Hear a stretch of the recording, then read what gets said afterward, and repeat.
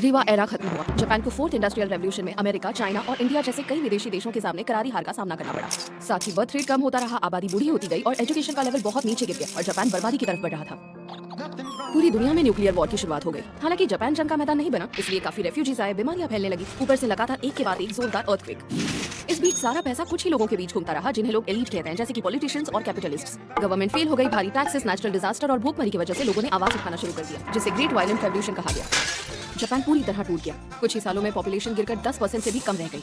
Modern चीजें, बड़ी buildings और टेक्नोलॉजी हिस्ट्री बनकर रह गए। हालात मेजी एरा के शुरुआती दिनों जैसे बन गए और फिर ऐसी दुनिया की शुरुआत हुई जहां बस वॉर और मिलिट्री का ही बोलबाला था।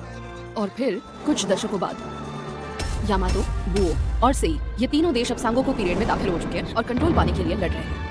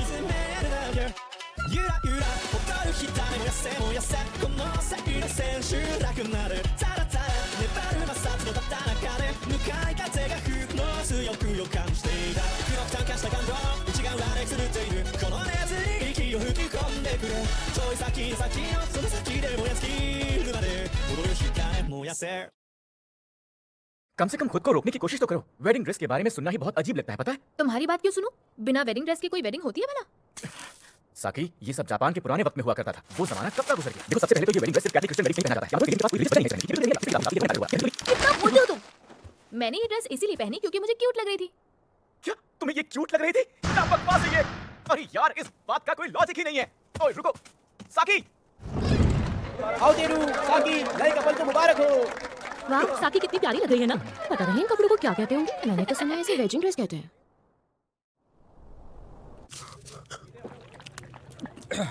सच में मैंने कभी सपने में भी नहीं सोचा था मेरी बेटी तुम जैसे किसी जिद्दी लड़के से शादी करेगी जिसे बात बात पर बहस करना पसंद है। देखिए लाइब्रेरी डायरेक्टर, मतलब फादर इन लॉ, मैं बस अपनी सोच और जजमेंट के हिसाब से ये फैसला करता हूँ कि कोई चीज मेरी नजर में लॉजिकल है या नहीं। लेट जापानीज एरा में शादी क्रिश्चियन स्टाइल में हुआ करती थी, फ्यूनरल बुद्धिस्ट स्टाइल में, और न्यू ईयर में लोग शिंतो स्टाइल के हिसाब से श्राइन जाया करते थे। यानी कि जापानीज लोगों का रिलीजन से काफी अच्छा रिश्ता हुआ करता था। लेकिन अब चीजें बहुत बदल गई हैं। इसलिए मेरा साथी को वेडिंग ड्रेस पहनने से रोकना कुछ गलत नहीं था, क्योंकि उसके वेडिंग ड्रेस पहनने के पीछे ना कोई ठोस वजह है और ना ही रिलीजियस बिलीफ है। लेकिन पता है साथी ने क्या कहा? मुझे ये ड्रेस बहुत क्यूट लगी। अच्छा, अब इसका क्या मतलब हुआ? लाइब्रेरी डायरेक्टर, देखा ना आपने? आओ तेरे को कितनी सारी बातें पता है। ऐसे बातें बनाना अच्छे से आता है। हाँ हाँ, सही कहा। जब आओतेरू छोटा था तभी इसके माँ बाप बीमारी से गुजर गए थे। तब से इसका ख्याल मैं ही रखता आया हूँ। इसने अपने बलबूते पर खूब पढ़ाई करके जापान एरा के बारे में बहुत सा ज्ञान इकट्ठा किया और अब काबिल एग्रीकल्चर अफसर बन गया है। हाँ, माना कि अभी पोजीशन में भले ही बहुत नीचे है, पर कुल मिलाकर दोनों की जोड़ी बहुत ही अच्छी लगती है। हाँ, पर साकी बिल्कुल तुमसे उल्टा सोचती है। वो किसी की ना मानने वाली गुस्सैल लड़की है। अब से साकी का ख्याल तुम्हें ही रखना है, समझे आओतेरू? जी बिल्कुल। इतनी देर क्यों लगा दी?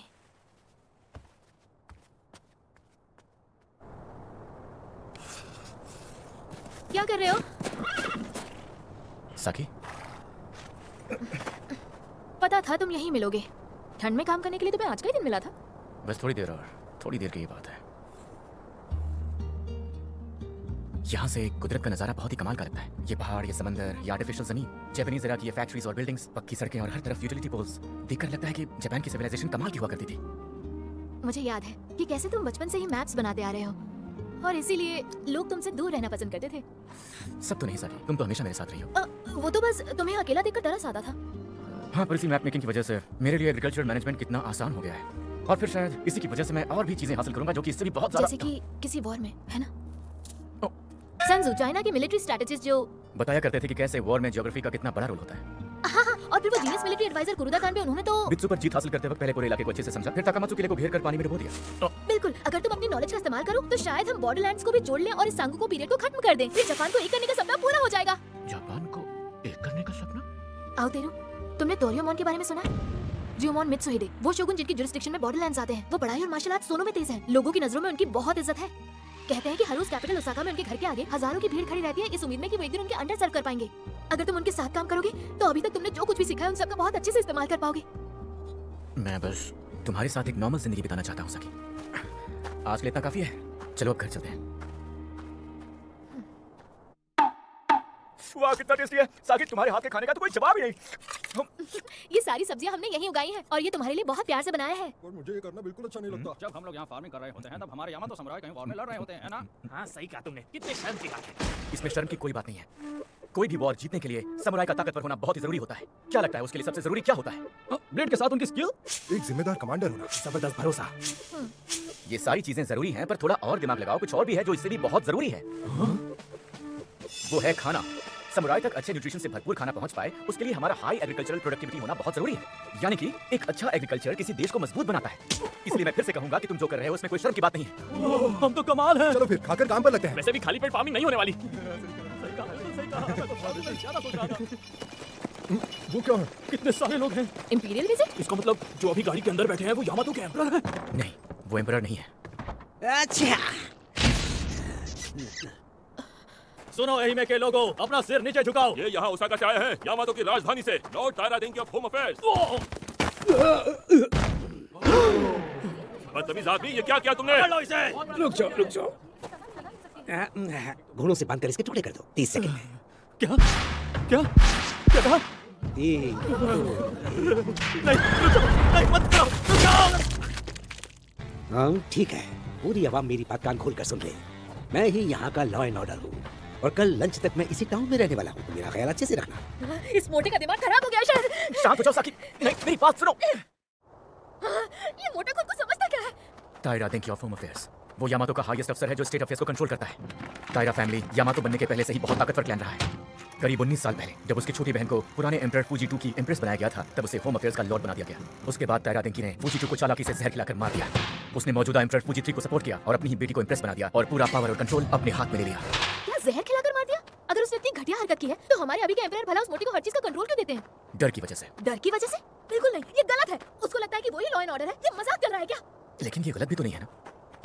तेरू, तो तुम कह रहे हो कि वो मोटा बिल्कुल सही है? मैं ऐसा कुछ नहीं कह रहा हूँ, पर सच तो यही है। मैं इस सच को कभी नहीं अपना सकती। हमें उस मोटे को मार देना चाहिए। क्या कहा? मार देना चाहिए? तुम्हें अंदाजा भी है तुम क्या बोल रही हो? समझती क्यों नहीं हो कि तुम्हारे ऐसा करने के बाद भी यहाँ कुछ भी नहीं बदलने वाला। मैं तुम्हारी हिम्मत की इज्जत करता हूँ, पर तुम्हें अपने इस गुस्से को काबू करना सीखना चाहिए। आओ तेरू, सीखना तो तुम्हें चाहिए, थोड़ी हिम्मत दिखाना। ये लोग उसके साथ क्या कर रहे हैं? चलो अब अगले की बारी। हर इंसान को 10 येन का टैक्स देना है। अगर किसी के पास पैसे कम पड़ रहे हैं तो वो उधार ले सकता है या 20 डंडे भी खा सकता है। तायरा फैमिली के मिस्टर टैक्स कलेक्टर, ये रहे पूरे 10 येन, ये लीजिए। कहीं तुम कुछ भूल तो नहीं रहे?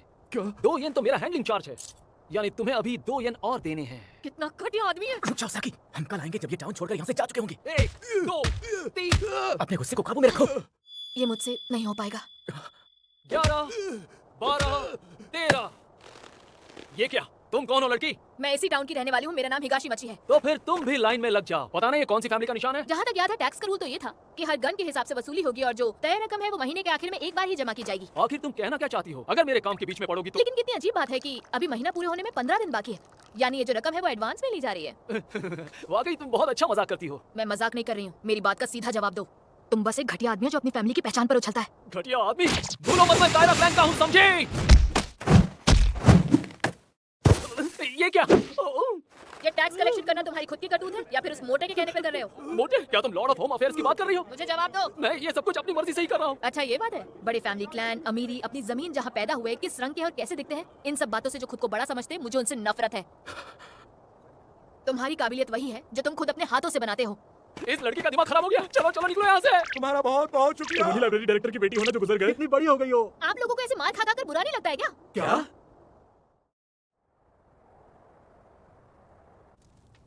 मुझे भी साथ देना चाहिए था। कोई बात नहीं, मैंने अकेले संभाल लिया। नहीं, वो लोग खतरनाक थे, कुछ भी हो सकता था। पर आखिर में सब ठीक हो गया ना? मैंने सोचा नहीं था कि तुम इतना अच्छा बोलोगी, लेकिन अगर मैंने बात की होती तो शायद मामला शांति से निपट जाता। लेकिन मैंने जोर दिखाकर सब अच्छे से संभाल लिया।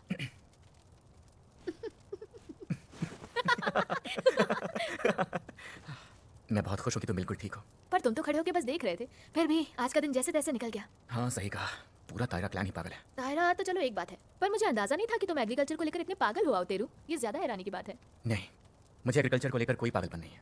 मैंने तो बस सोचा कि मुझे ऐसा क्या करना चाहिए कि मैं तुम्हारे साथ एक ढंग की जिंदगी बिता पाऊँ, और फिर फैसला कर लिया कि एग्रीकल्चर ऑफिसर की इस नौकरी में लग जाऊंगा।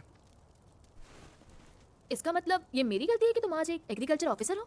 नहीं साकी, मेरा ये मतलब नहीं था। मैं ये जानना चाहती हूँ कि तुम क्या करना चाहते हो, ना कि तुम्हें क्या करना चाहिए। मेरे दिमाग में तोरियोमोन वाली बात अभी भी अटकी हुई है। नहीं, वो तो मैंने ऐसे ही बोल दिया था। मुझे वॉर के बारे में कुछ नहीं पता। कुछ नहीं पता से क्या मतलब? फिर आर्ट ऑफ वॉर की किताब क्यों उठाई थी? हाँ, मैं ये जितनी बार पढ़ता हूँ हमेशा कुछ नया मिल जाता है। मेरे पास तो बस एक किताबी नॉलेज ही है, वो भी बिना किसी प्रैक्टिकल एक्सपीरियंस के। उस नॉलेज का भला क्या फायदा जिसका कभी इस्तेमाल ही ना कर पाओ? अभी तुम में बस एक ही चीज की कमी है, और वो कमी है थोड़ी हिम्मत की। आओतेरू, अगर तुम हिम्मत दिखा पाओ तो जापान को एक कर सकते हो और इस सांगोकू पीरियड को खत्म करके एक खुशहाल दुनिया की शुरुआत कर सकते हो। तुम भी ना साकी, ये कैसी बातें कर रही हो? सच में मुझे लगता है कि तुम कर सकते हो। चलो अब हमें सोना चाहिए। Good night. नहीं, पर मुझे नहीं लगता कि तुम्हारी इस थियरी में जरा भी। बस अब सो जाओ।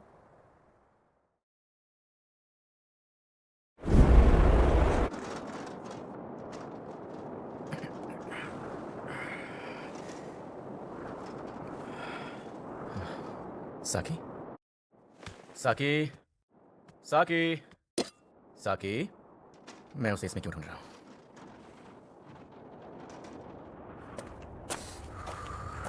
बहुत ठंड है।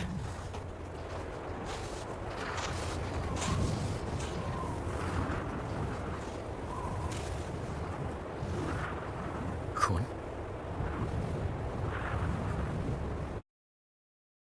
ये नहीं हो सकता।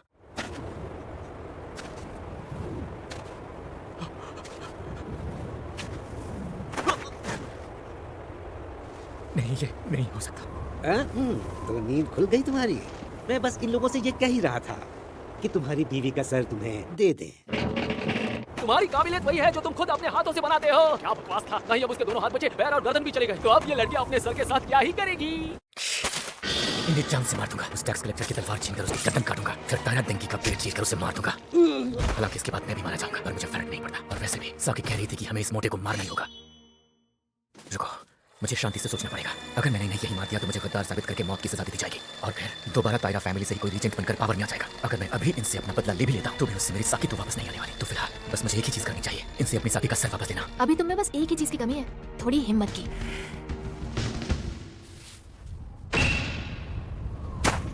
मैं एक एग्रीकल्चर ऑफिसर हूं और मेरा नाम है मिसुमी ओतेरू, और मैं Lord tiara of home affairs से अपनी बीवी साकी के एग्जीक्यूशन के बारे में कुछ इंक्वायरी करना चाहता हूं। क्या आप मुझे अपना थोड़ा सा कीमती वक्त दे सकते हैं?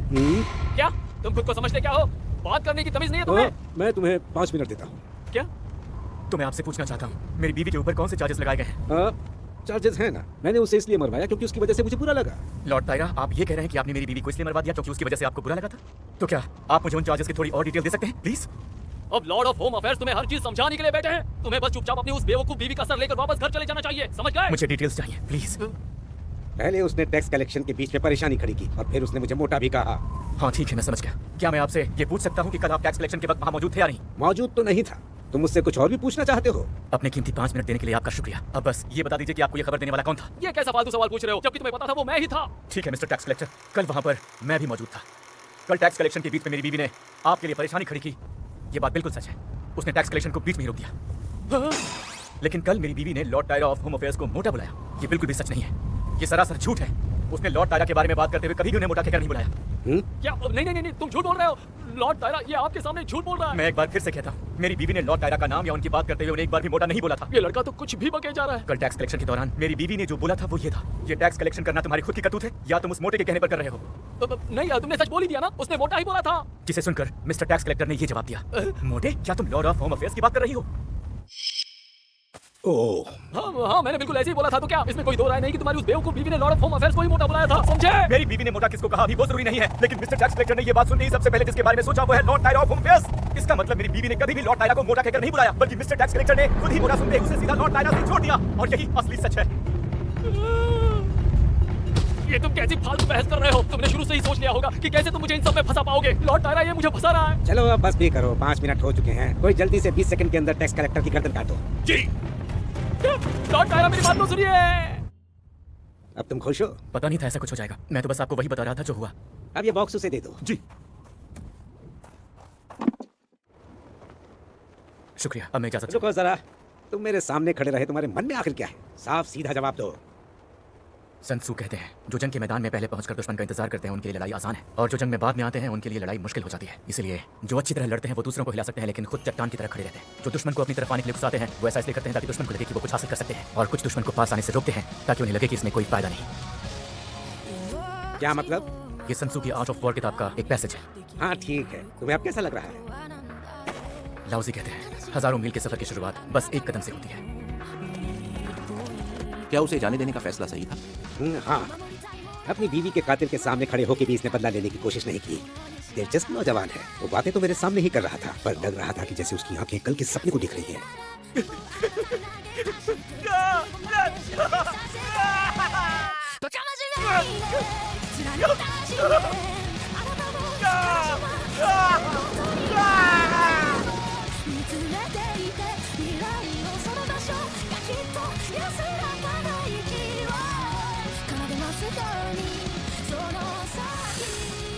ठीक है, मैं जा रहा हूँ साकी। यामातो का 57वां साल, बसंत का महीना। जरा सुनना, तुम किस तरफ जा रहे हो? दरअसल मैं ओसाका की तरफ जा रहा हूँ। ओसाका? वहाँ आकर किस वजह से जा रहे हो? दुनिया को बदलने के लिए। क्या?